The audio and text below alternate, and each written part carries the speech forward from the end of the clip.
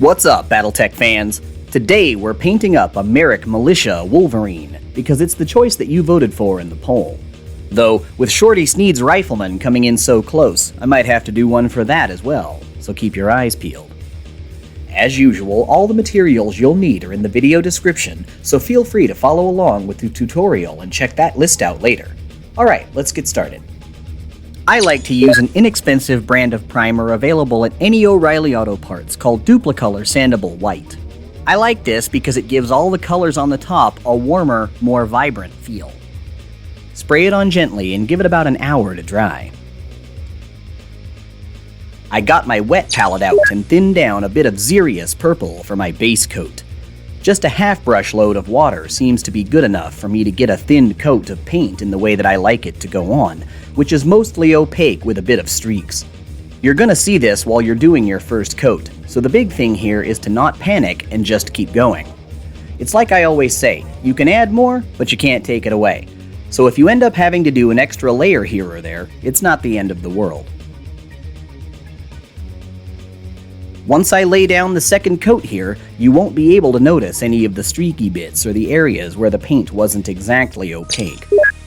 During this second coat is when you're going to be looking for any areas you might have missed on the first one and touching those up. Remember, you want near complete coverage here, except for any areas that are going to be metallic later. Usually, even after the second coat, I'll inspect the miniature to see if there's any spots I missed or where the color could use a little touch-up with an extra layer. Once you feel like you're done, feel free to move on.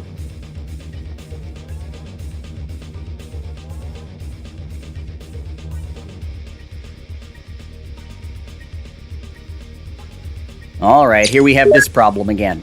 Is it Druchii or Druchii?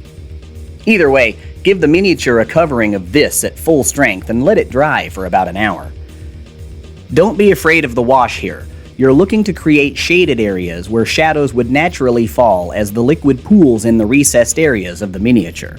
Just enjoy the process and come back when you're ready. I'm going to give this a very light dry brushing in Genestealer Purple. Wipe most of the paint on the brush off on a towel so that very little paint is coming off of the bristles on each pass. I'm using my flat, angular brush for this, and I'm not using very much pressure when I apply the paint. Just quick, even moves with the brush in a forward and back motion, highlighting all of the raised areas of the miniature and allowing the wash to give the optical illusion of depth.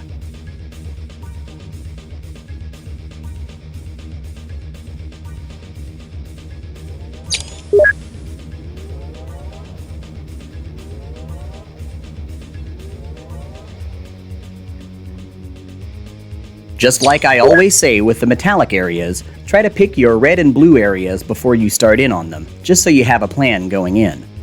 Remember, you don't need to go overboard here, and less is more. I've chosen a simple set of stripes for this one, and Marik Militia paints the red on the right, blue on the left. This will be inverted when you're painting though, so keep that in mind. Take your time here. There's no rush, and you can put down as many layers as you need to because the area is so small and typically flat, and therefore won't cause a loss of any detail. Get out a detail brush and use very small amounts of paint in each application. Again, less is more.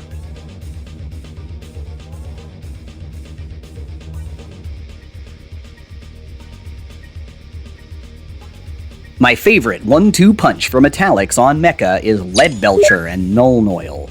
Pick your spots and get to work. I like to do fists, gun barrels, and missile ports in this way. Jump jet exhaust ports and exposed joints too. However, this is your mech, this is your world. You paint whatever parts silver that it makes your weird little heart happy to paint silver. No one's gonna judge you here.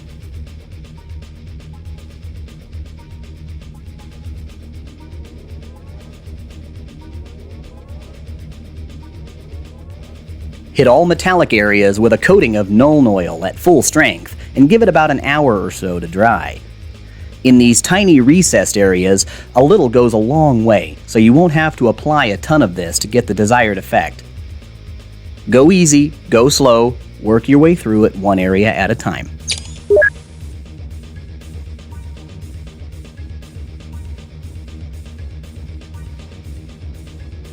Believe it or not, that's really all there is to this scheme.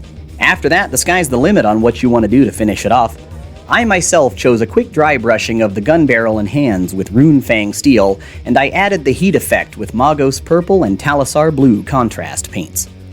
The cockpit is Moot Green underneath Waystone Green, and the base is Armageddon Dust with Skeleton Horde contrast paint.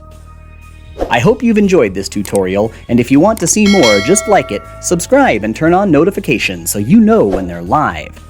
Check out the Patreon at patreon.com/battlebound to help keep more BattleTech content tumbling out of your screen and into your brain space where it belongs.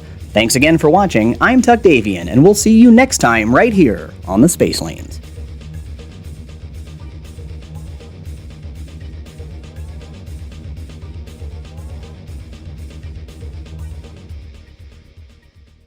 Be sure to smash our like button and subscribe to our channel. Crowdfunding is when lots of people give you small amounts of money to help your passion project come to life.